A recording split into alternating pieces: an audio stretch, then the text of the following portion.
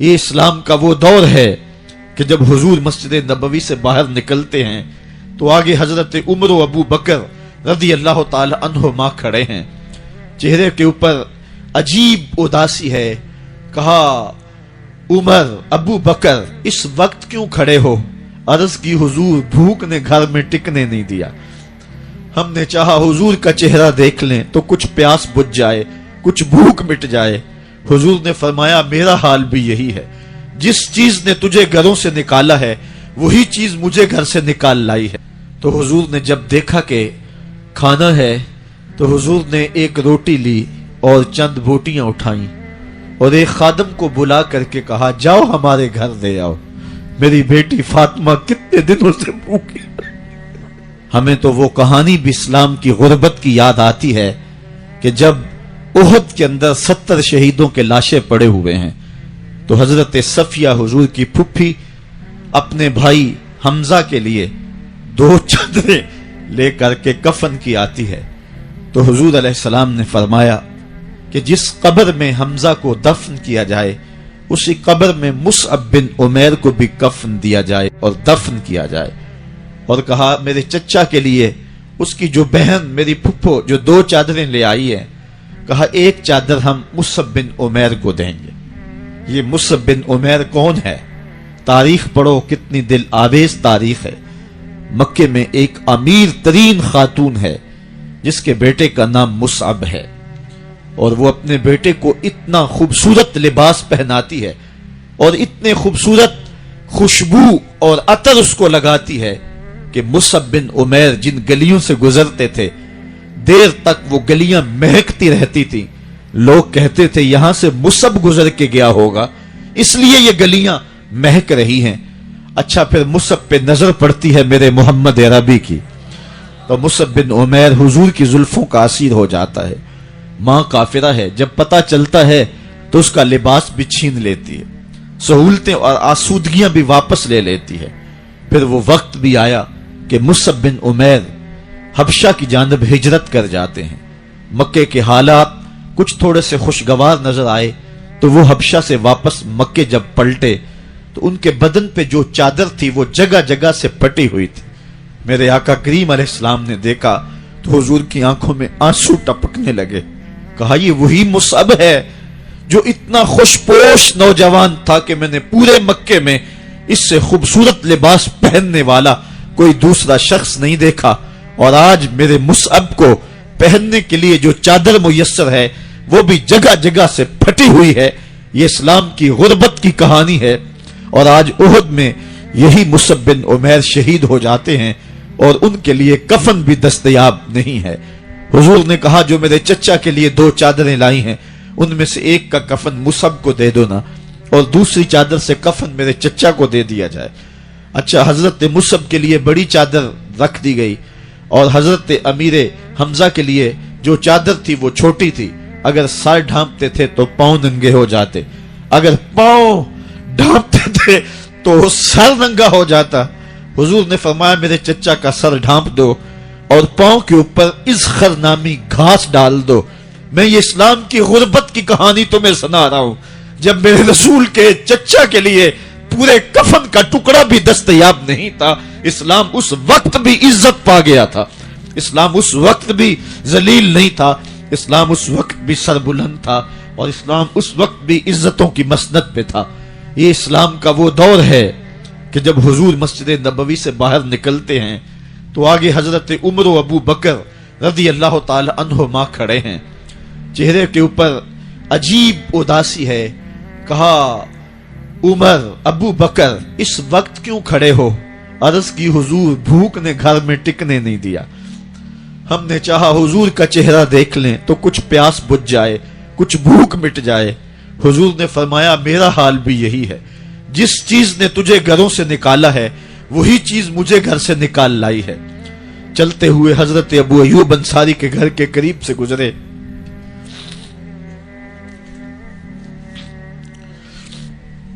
حضور کی خوشبو پا کے وہ باہر آ گئے. عرض کی بندہ نواز آج میرے مہمان نہیں بنتے؟ حضور نے کہا تمہاری مرضی. گھر لے گئے، چٹائی بچھائی، حضور کو بٹھایا. گھر والوں کو بکری کا بچہ ذبح کر کے دیا، کہا جلدی جلدی کھانا تیار کرو، میرے آقا کو بھوک لگی ہوگی۔ یہ کہہ کے واپس آئے، حضور کے پاس بیٹھے، نظر چہرے پہ پڑی تو گھبرا گئے۔ نکاحت کے آثار اتنے واضح تھے کہ سمجھ آ رہی تھی کتنے دنوں سے حضور نے کچھ نہیں کھایا۔ اٹھ کے باغ میں چلے گئے، کھجوروں کا خوشہ توڑا، حضور کے سامنے رکھا، کہا بندہ نواز جب تک کھانا تیار نہیں ہوتا یہ کھجوریں تناول فرمائیں۔ تھوڑی دیر کے بعد کھانا دسترخوان پہ لگ گیا، حضور سے عرض کی گئی حضور آئیں کھانا تناول کر لیں۔ حضور نے دسترخوان پر تشریف فرما ہو کر کے حضور نے کپڑا اٹھایا تو حضور نے جب دیکھا کہ کھانا ہے تو حضور نے ایک روٹی لی اور چند بوٹیاں اٹھائیں اور ایک خادم کو بلا کر کے کہا جاؤ ہمارے گھر دے آؤ، میری بیٹی فاطمہ کتنے دنوں سے بھوکی۔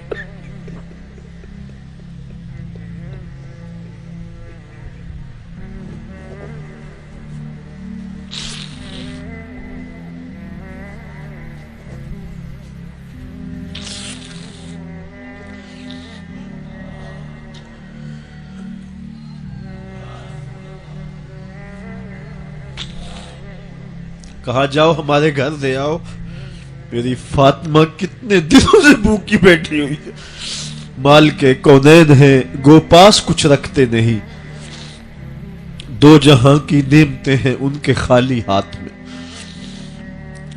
آپ کو پتا ہوگا کہ جب میرے رسول کا انتقال ہوا ہے، حضور کا وصال ہوا ہے، تو حضور کی ایک زرہ ایک یہودی کے گھر میں گروی رکھی ہوئی تھی، حضور نے زرہ رکھ کر کے اس سے قرض لیا ہوا تھا۔ یہ اسلام کی غربت کی کہانی ہے، اور پھر اللہ نے اسلام کو امارت کے رنگ بھی دیے۔ آؤ تمہیں کہانی سناؤں، حضرت عدی بن حاتم روایت کرتے ہیں، صحیح بخاری میں روایت ہے۔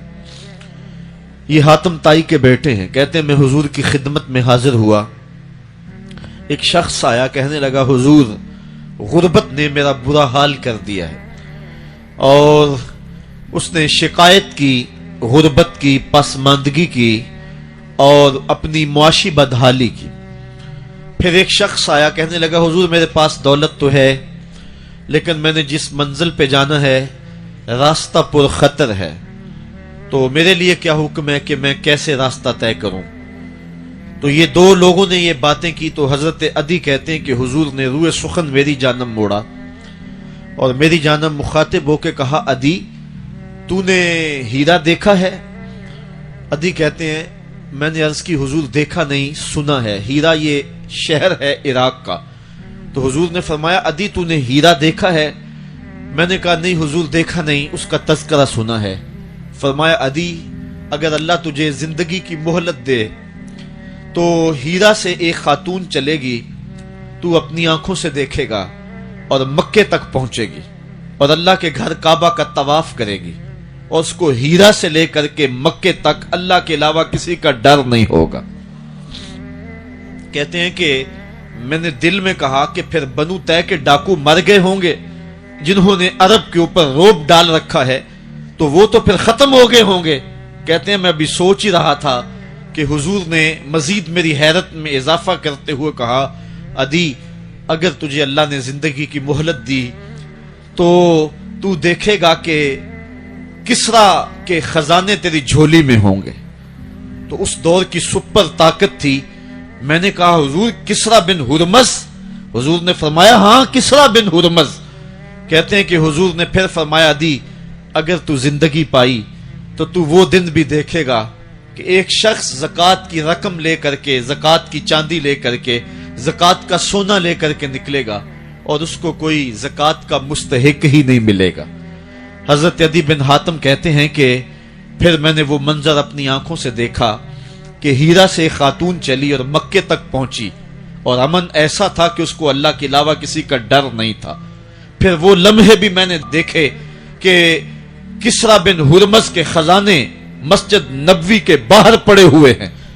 تو کہتے ہیں تیسری چیز میں دیکھ نہ سکا اور میں نے لوگوں کو کہا کہ یہ میں تو نہیں دیکھ سکا، میری شاید زندگی وفا نہ کرے، اور اگر تمہاری زندگی وفا کرے تو تم دیکھنا میرے آقا نے جو فرمایا تو 2 باتیں تو پوری ہو گئی ہیں اور تیسری بات تم دیکھ لو گے۔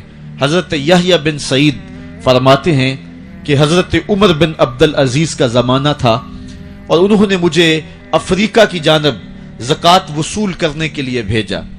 میں وہاں سے زکوٰۃ وصول کی اور پھر میں زکوٰۃ لینے والے مستحقین کو ڈھونڈنے لگا تو کہتے ہیں مجھے کوئی مستحق نہ ملا۔ پھر میں غلام پکڑتا اور اس کے پیسے دے کے اس کو آزاد کرواتا چلا جاتا۔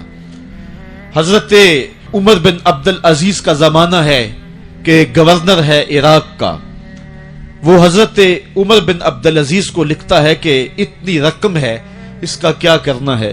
تو عمر بن عبد العزیز کہتے ہیں رقم لے کے یہاں نہ آنا، وہاں عراق کے لوگوں میں بانٹ دو، جو زکوٰۃ کے مستحق ہیں ان کو تقسیم کر دو۔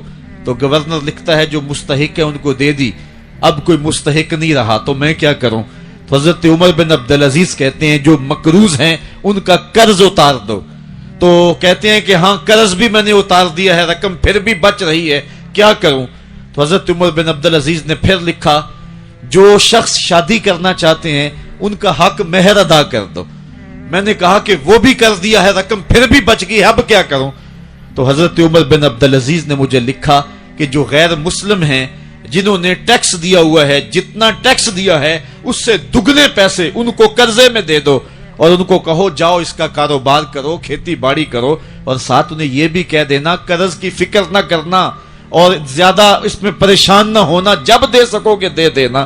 یہ دور بھی پھر اسلام نے دیکھا اور یہ گھڑیاں بھی دیکھی، جب چیتھڑے پہنے ہوئے تھے، جب پیوند لگے لباس پہنے تھے، جب پیٹ میں ڈالنے کے لقمہ بھی نہیں تھا، اللہ کا دین اس وقت بھی غالب تھا۔ اور جب گلیوں کے اندر ریشم بکھرا ہوا ہوتا تھا، کوئی اٹھانے والا نہیں تھا، دین اس وقت بھی غالب تھا۔ دین کا غالب ہونا یا نہ ہونا اس کا تعلق جو ہے وہ مال و دولت سے نہیں ہے۔